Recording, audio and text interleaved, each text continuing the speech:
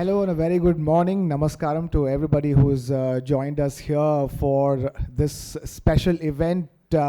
We've all gathered here for the Global Bharat Movement presented by SAP India in association with TV9 Network. Now, the Global Bharat Movement is a campaign that was launched around 3 years ago during the peak of the pandemic, in the darkness of the lockdowns. And the principal reason for this particular Global Bharat Movement program, the campaign, was to touch India's mid-market companies, the middle India of corporate India, if I may, and help mid-market companies in India with their digital transformation journeys, because it has become an imperative. Let's face it, there is no question of if, there's only a question of how soon and how well. The pillars of Global Bharat Movement 2.0, there are 3 of them. And number 1 is to send out a very important message to India's mid-market companies, and that India is the most resilient economy in the world. Number 2 is to send out another important message. All our customers who have recently done their digital transformation journeys, their success stories, their experiential success stories, that message needed to be sent out as well, so that you know how and how well to go about with your own digital transformation journeys. And then the message is important, but what's always more important than the message is the messenger. In the media, we call them sound bites, talking heads, these people you see in little boxes. That's very important. And that's why industry experts, thought leaders, both from new age and old age companies, they are part of this process of driving home these important messages. So it's on these 3 tenets that the Global Bharat Movement 2.0 literally stands on. And we're going to begin with future state of mid-market and India's economic leadership, our first, so to speak, context setting session.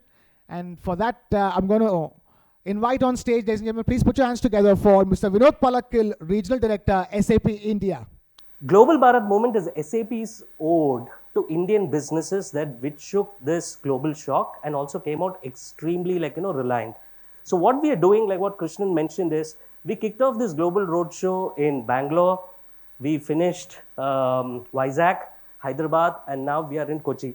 So our intention is over the next 90 days to cover the length and breadth of the country, to go to those potential business clusters and also engage with thousands of mid-market customers, thought leaders, industry association, and help our mid-market customers to not only understand how SAP looks at this particular market, but also help them unlock the power of cloud. Unlock the power of cloud and also future-proof one's businesses. So with this initiative, in every city, we bring across business associations, we bring across customers under one roof and SAP experts, and we have this wonderful session and discussions and to ensure that our customers realize what SAP as a company is doing in terms of building a digital backbone for businesses. Now, what we have learned over the last few years is business innovation it was a kind of a feel-good factor. It is good to have, right? That is how it was. But over the last few years, we realized that innovation in the business is no longer a good to have, but is absolutely a necessity for survival. Businesses are looking at creating new markets. Businesses are looking at opportunities where they can go and service new customers, bring in new products, right? This is one of the way how businesses are scaling in terms of thinking, how do I get more revenue? Can I do the conventional way of selling the same products and services to the customer? Shall I go to the new market, or shall I service the same customers with newer products and services that appeals to them? So 20% of the revenue is expected to come from new opportunities. And of course, finding or using the data to create those impactful decisions, right? Data is the new oil. We've been hearing that from the last couple of decades, but I think this is the time that we are seeing people are making use of those data to create those real-time decisions, be visible to what is going to happen to the business in the future, and take a proactive call in terms of ensuring that we meet the objective goals. So we've seen strategic priorities against automation human tasks, finding new opportunities, and of course using the data to drive new revenues. So SAP, we have launched a product for specifically for mid-market customers, which is Grow with SAP. What is this? This is a simple public cloud ERP, which is quickly deployable, which is quickly consumable, and it not only helps you set the foundation, but it has all the flexibility and agility for you to grow as you aspire. Because digital transformation absolutely is not a one goal, it is a journey, right? And in this journey, the end point keeps shifting. So when it shifts, you need to have a platform which will aid you not only to sustain the present business, but also helps you grow in the future. So that is Grow with SAP. Are we as a company, is my systems in my company able to adapt to the new millennial work of working, right? That is what Grow with SAP is. 3, of course, there is an increased cost of money, which we all see every day. It's a very affordable package that we have launched so that it helps the mid-market businesses adopt and also help in this vision of making India extremely reliant on digital transformation. And of course, we all have something which is beyond our control, which is the political and financial disruption, and of course, the skyrocketing energy costs. Now, what you as businesses are facing, right? Now, this is something that we've heard from lakhs and lakhs of mid-market customers over the years, right? 1, a lack of agility to adapt to the changing needs. While there is an intent as an organization to do it, does my system support it? No. It creates a block for growth. Second, the existing systems are inefficient. They are disconnected from each other. You talk to any MDs, proprietors, there is a lack of transparency of business process. What I mean by saying lack of transparency is, today I may be performing in a particular way. And if I continue to perform in this particular way, where will my company reach in the next 2-3 years? Is the system able to give me that today? No, right? Because most of the processes are manual. Systems are not intelligent enough to predict. The existing systems are not intelligent enough to predict and say, and to give a point of needle in terms of saying, if my company works in this particular way, or if I reduce my expenses by 2%, my profits increase by say 10%, right? Just as an example. So today's system needs to be extremely intelligent and automated. Cloud ERP, Grow with SAP comes with industry best practices, right? If there is one company in the face of this earth who has worked with 25 industries over 50 years, it's only SAP, right? We take extreme pride in that. There's no other company which has worked with such a diverse industry and come up with best practices, and that is what we are ready to offer. What does this bring again? This brings ready to adapt processes, which is accepted worldwide, which is compliant, which is completely localized, right? So these are all ready. Organizations are looking at 20% revenue coming from new opportunities. The system allows you to create new business models. We have customers who have moved from CapEx to a subscription based. This system will never overrun because it's a flagship S/4HANA on public cloud. It will help you add customers, venture into new markets, and it also helps you add newer products as you go without any complexity off the fly. And lastly, go live with confidence. The reason why I say go live with confidence is, all of you would have seen erstwhile, SAP used to take a lot of time to implement, right? Now, we have cases where customers are going live in as short as 4 weeks on Grow with SAP, right? It must be a shock. It's 4 weeks, which is a month, right? We have customers who have gone live in a month, which means that a faster return to investments. Thank you once again. Thank you, Vinod, for that. And with that, CEO of Maestrosoft, Vinod Nittur, is with us, and I'm going to request him to come and deliver the keynote address. So we started off our operations in Maestrosoft 2012. So this is the growth. As I started from 2012, we have completed so far 25 S/4HANA implementations. And out of that, RISE S/4HANA cloud implementation, we have just gone through with Ms. Smita in April, and in February with one more company in Bangalore, Sami Labs. And so far we have completed more than 60 implementations in our journey. So we also have some additional capabilities. We have solutions on SAP Cloud ALM, which Sharath will be explaining in detail.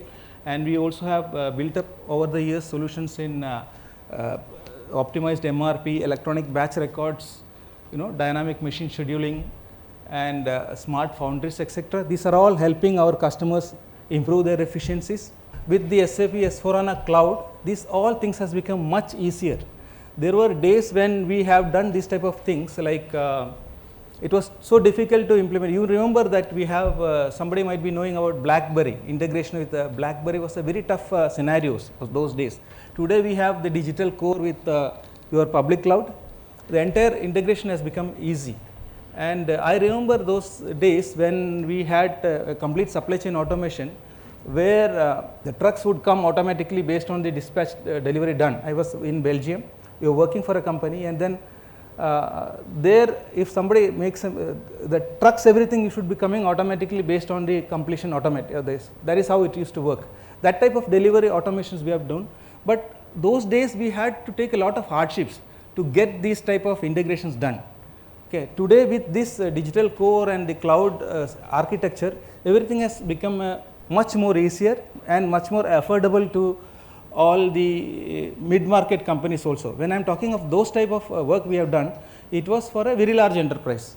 Now this global market initiative which we are talking about, the small and medium industries, where the solution which you are having is really good and can work out. Very specific to pharma industries, where SAP helps you to keep the compliances, like it is called the electronic batch manufacturing record.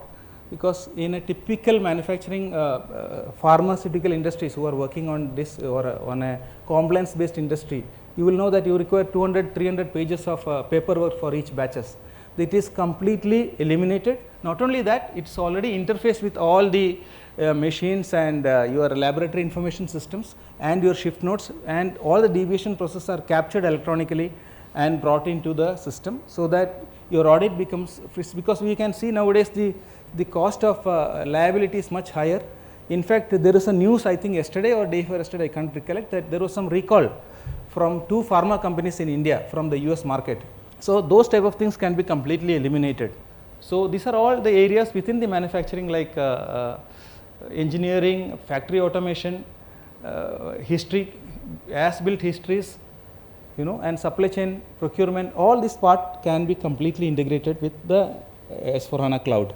So this is the complete building block on the ecosystem of SAP S/4HANA Cloud. What you see from the very beginning of implementation is this part, and beyond that is the complete ecosystem. I think Rajesh might have a complete, you have a complete solution on this, right?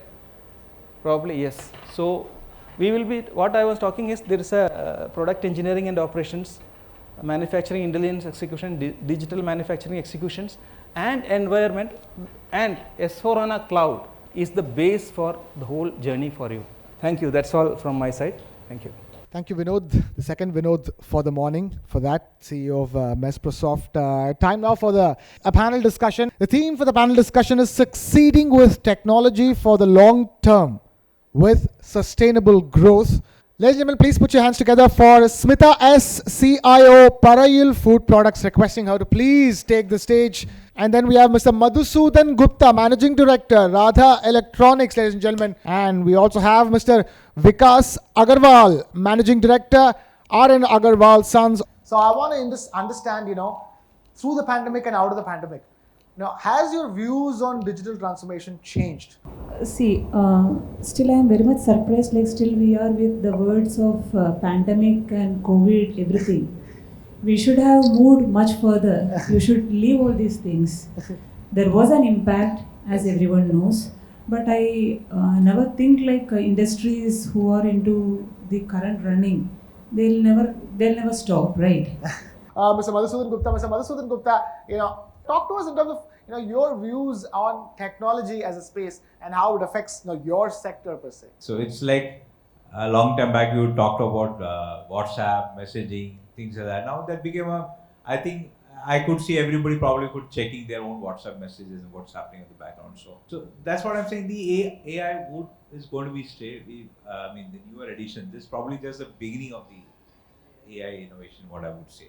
Now, the technology front of it, if you ask me, one thing the last 2-3 years, the requirement for information is going up drastically. In the sense, everybody wants information at the fingertips. All the managers sitting here, either the office was working or not. Our biggest challenge was, I think, everybody would say, what's the collection, what is the sale, what is the production. I have got something, I will look for, okay, what's my next door guy having, I'm going to have innovate that, right?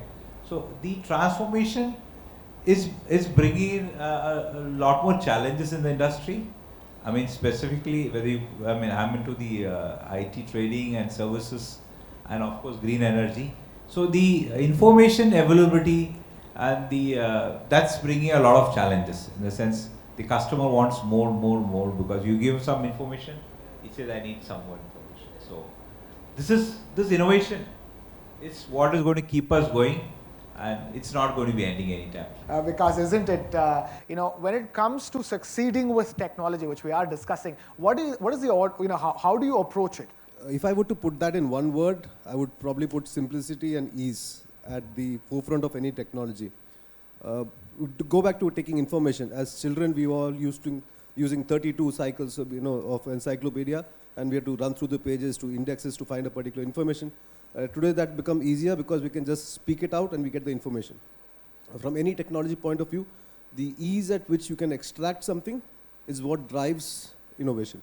And similar with SAP, I'm sure, as the gentleman pointed out, 4 weeks of implementation compared to, say, months earlier is the time. And how well you can educate your customers, whoever they are.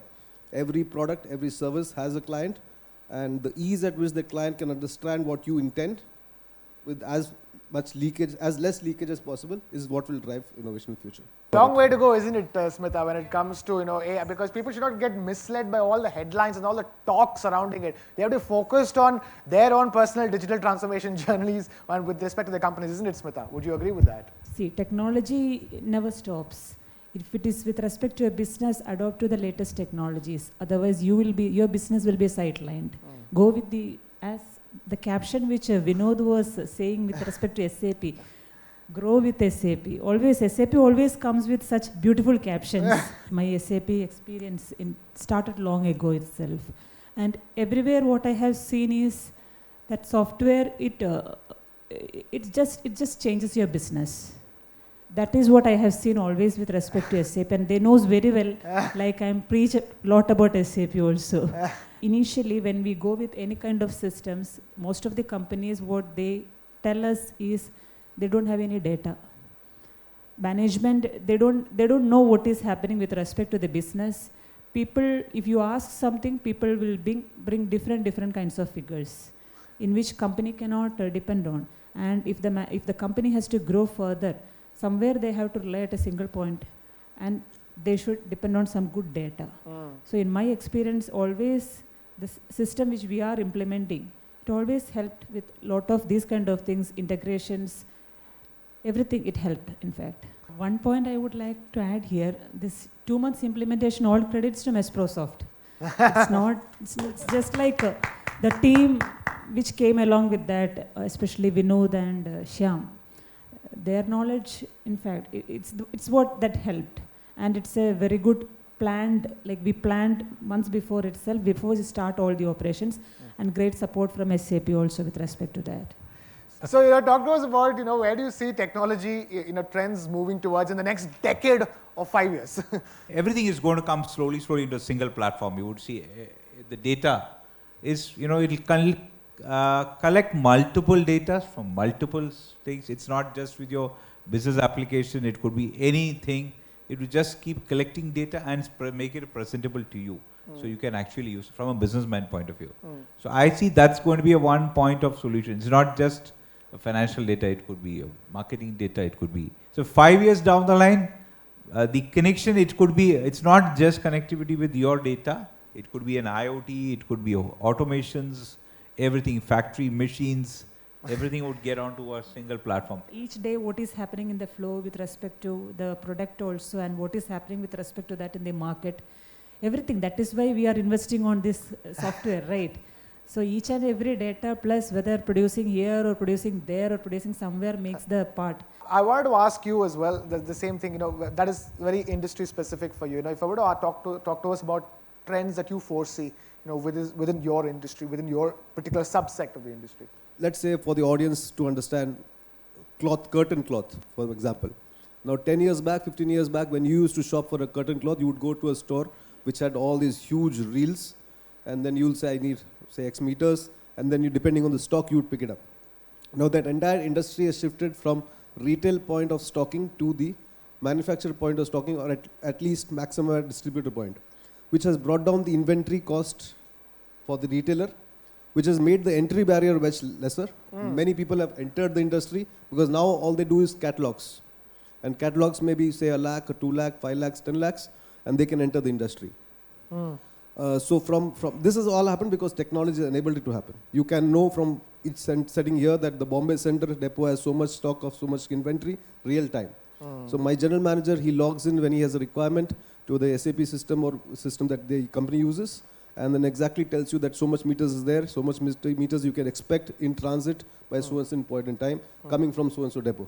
So that industry has transformed just the cost point, entry point, and also the barrier point. Similar things will go into happen in the other industries that we represent. We are also into the furniture industry where we supply, say, edge band tapes. Now that's got about 2,800 SKUs, and most of it is dead SKUs. Very few stock run out.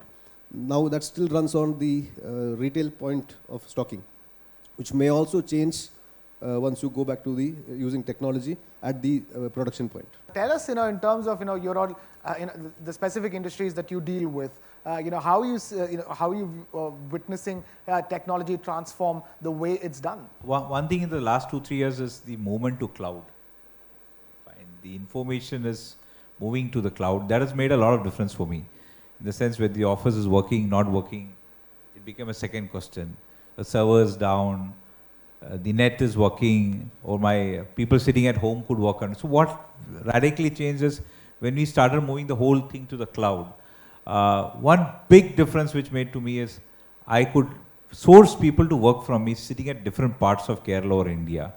I don't need to bring them physically to my office to work. So I had a few ex people working were very good, but for some family reasons they had to shift to their hometown and villages. But I know they're really good at it.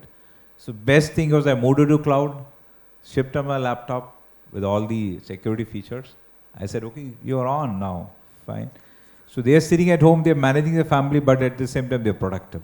So my job was done, and they got a job. So this is one thing which has made a lot of difference in this last 2 years for me. So that's why I'm asking, incidentally, when we are in this age where, again, cloud is the imperative, but are we still, having dilemmas?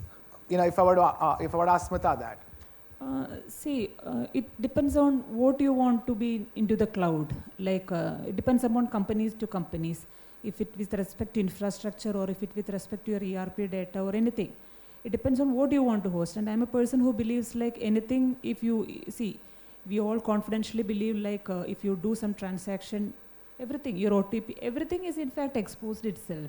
Yes. It depends on how much you are dependent on these things. For all these things, you should have an IT department in place. And there is always, we have to run around people.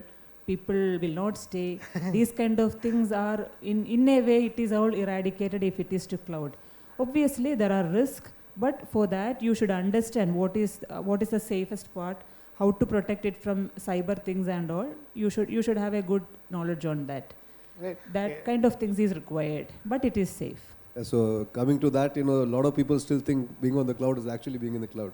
And I'm not surprised if you do a survey of, at least in Indians, I'm sure, they still think data on cloud means data on cloud, literally. There are data centers, and the risk is probably minimal, as you mentioned. Going on a flight has its risk, but then it's the percentage what you can afford to. And it's risk always come with costs. So can you afford that risk is what matters. So as she mentioned, what can you afford to lose? Yeah. And the moment you decide that this is what I can afford to lose, and that risk will come down automatically. If I were to ask you, how did cloud transform the businesses Oh, you're a operating? lot of things, So we rarely talk about sending emails, sending Excel sheets. We just talk about drives, sending something on drives. If you're talking the layman term also, including your base accountant, he or she will update some data on the Excel sheet, and then you can just extract whenever you want, which is updated, and you can also find out what has been updated by multiple people. The simplest of examples I'm giving for the audience to understand. Yeah. So definitely ease of extraction of information and 24/7. That's the first two top things that I would say. We all become the problem solvers. That's the way forward. The topic you started initially, the COVID part, the most benefited people are kids with respect to the system side.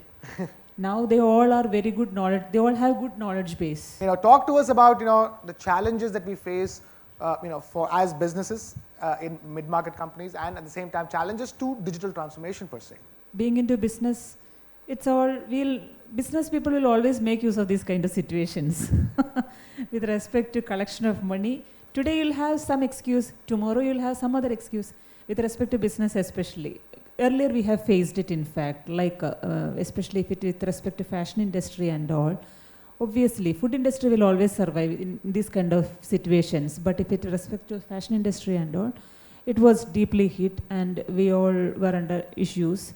But at that time, that was the issue. Then after a few months, it will be some other issue. Import issues will come up.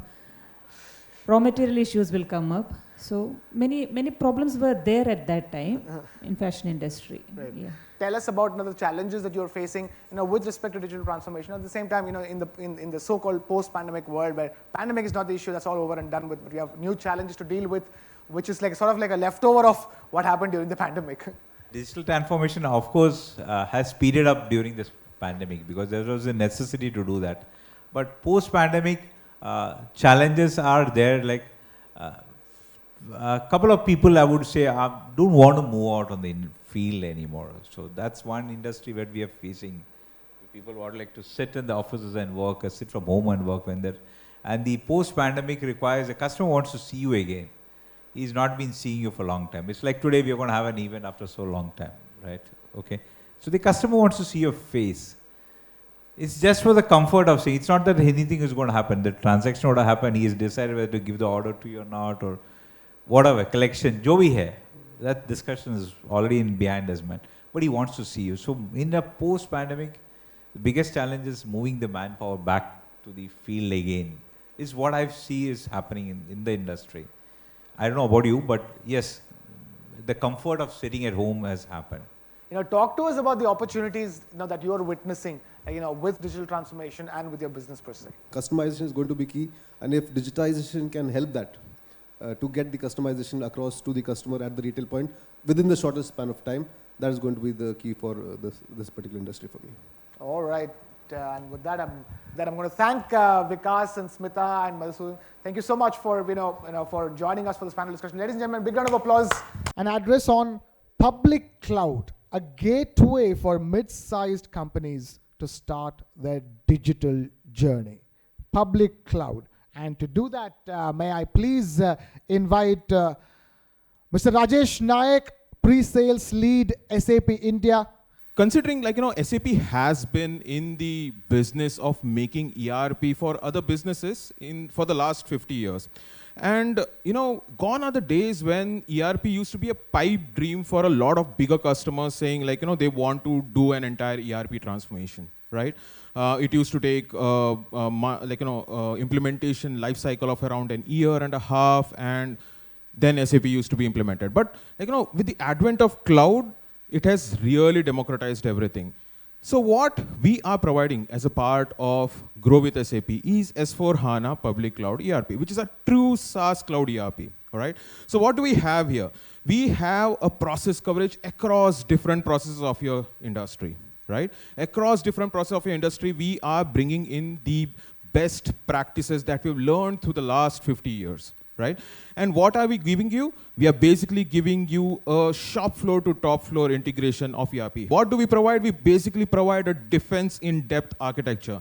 So that's where your customer data is. And what we provide is we provide multiple layers of logical and physical security to your data on the cloud. So you can rest assured that before you go on to a cloud ERP, that your data is absolutely secure, and we are being audited with all the latest audit standards that the world is currently using, right?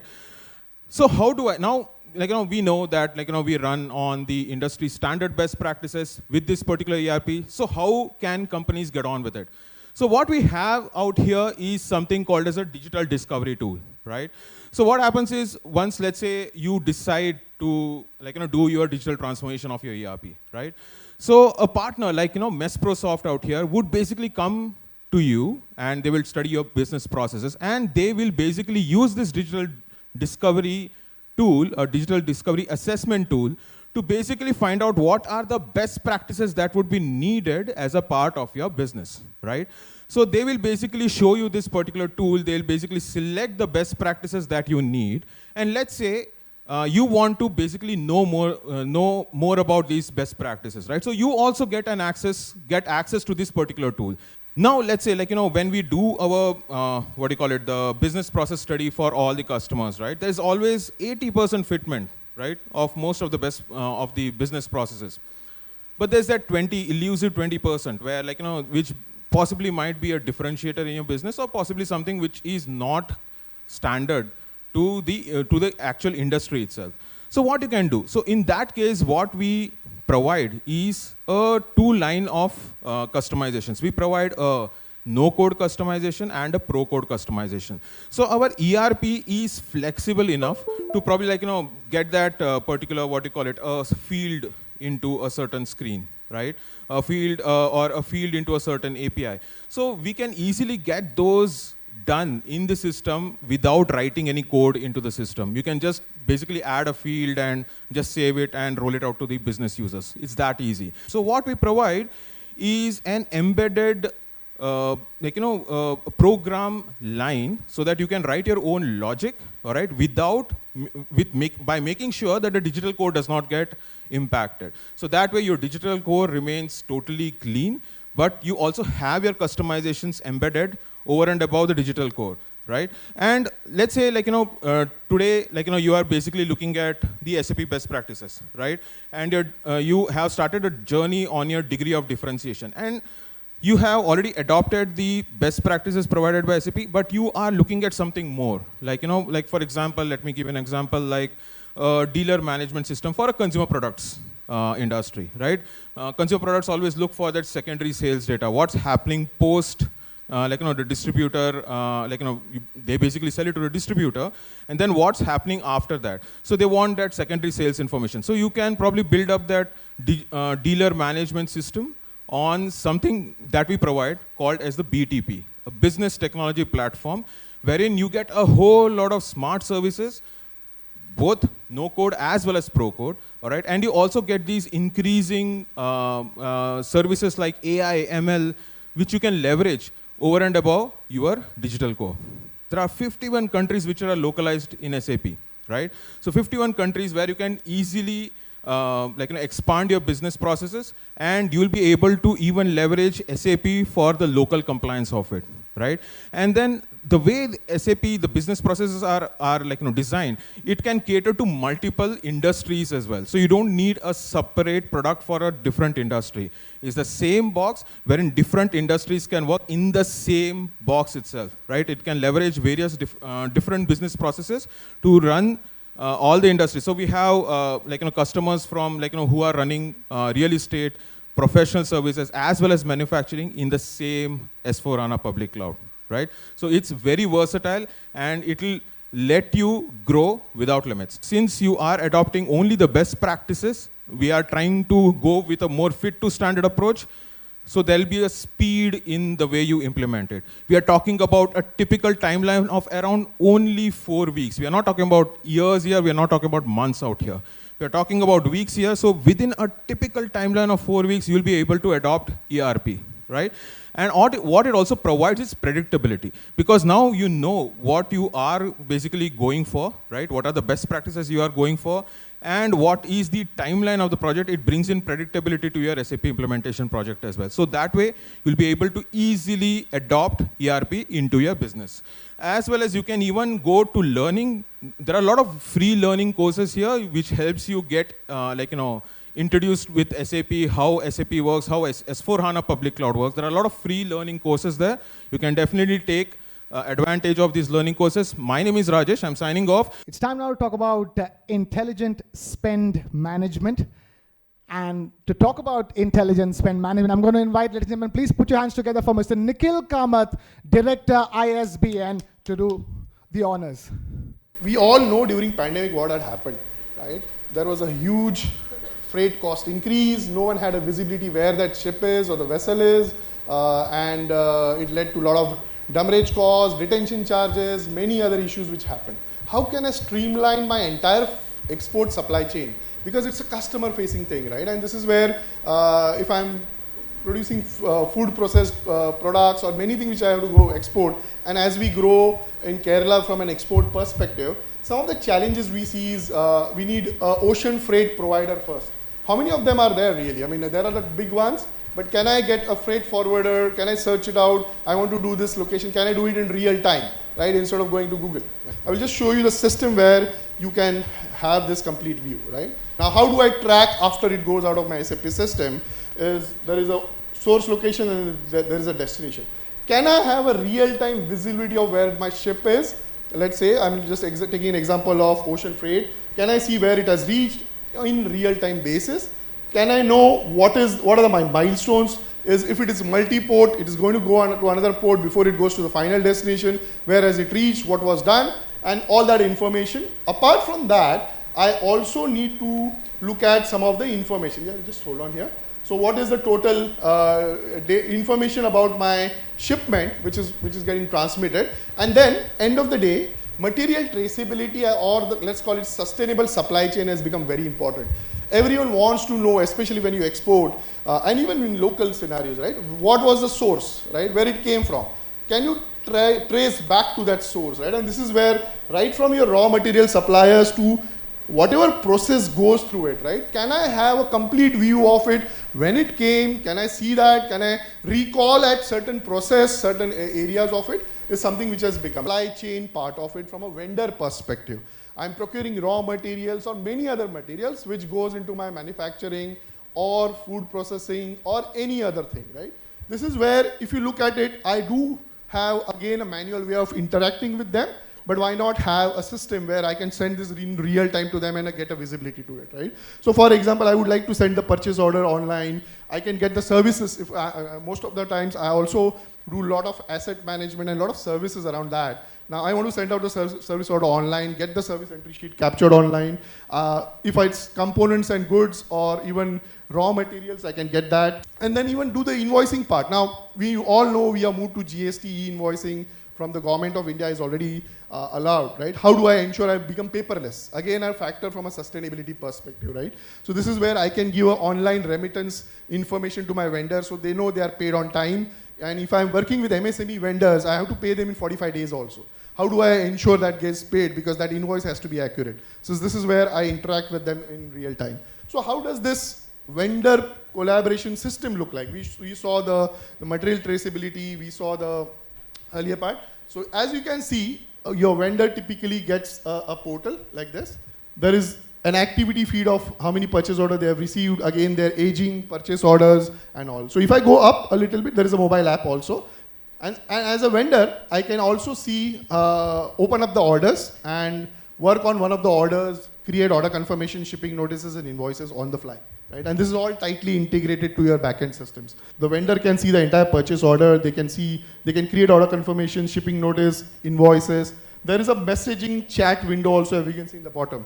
They can communicate with you and then you get your own view of seeing this entire information in a nice analytic manner also. Even if you are managing ports or you're managing cranes or you're managing many equipments which are like assets, right? And you need to track them because they are important. Important in the sense there is a maintenance part of it. There is a product life cycle of that asset itself because you're buying it from someone else who is an OEM or a supplier or a manufacturer, and their versions may keep getting upgraded. It may have a combination of software plus hardware. Now, how do you keep it up, right? How does that information from the manufacturer flow to you in real time?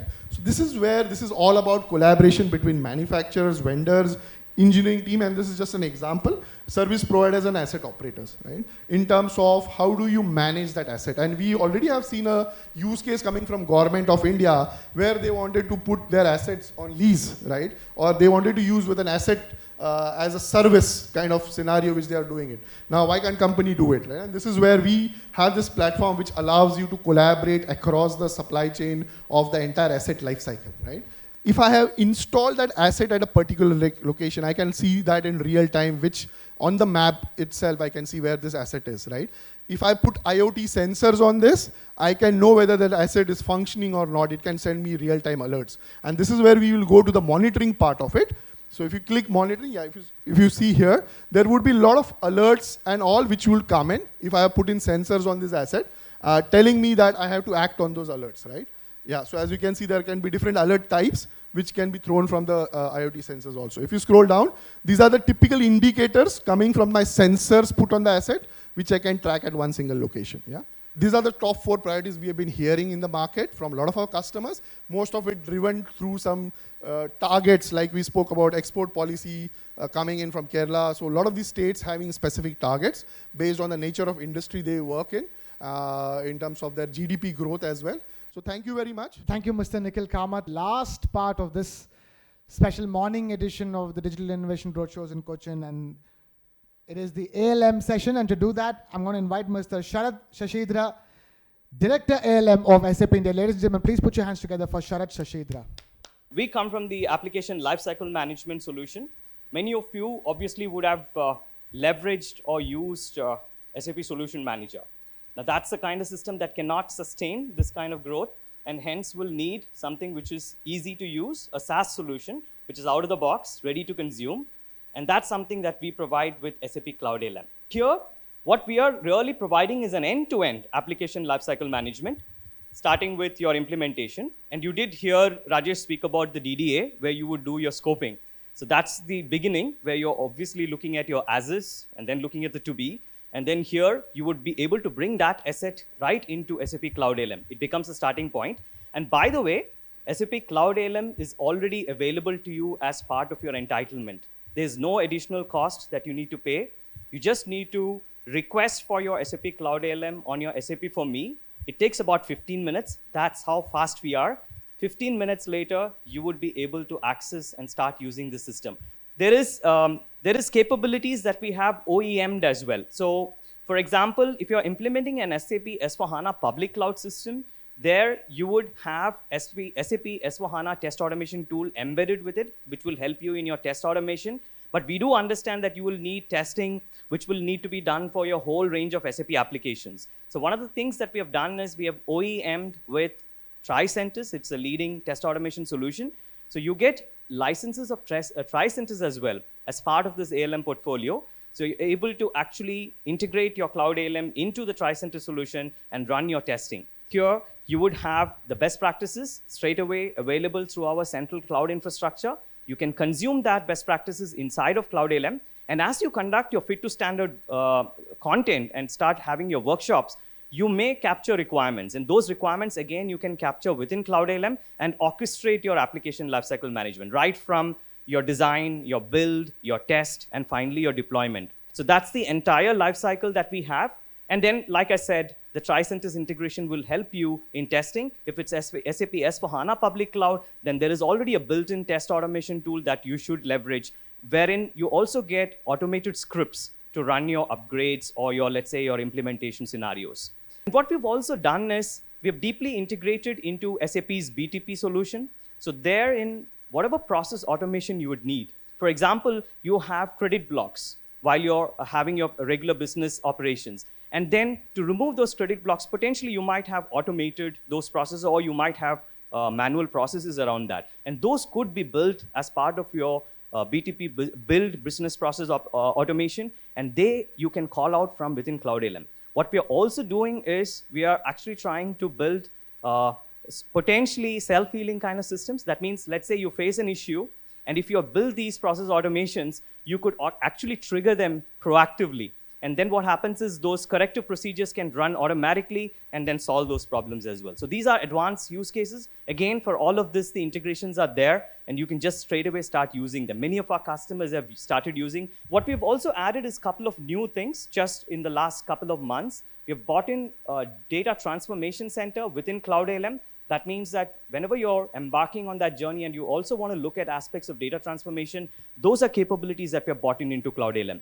Last but not the least, the services that SAP provides for our customers, they can also be called from within SAP Cloud ALM. So there is a services module as well.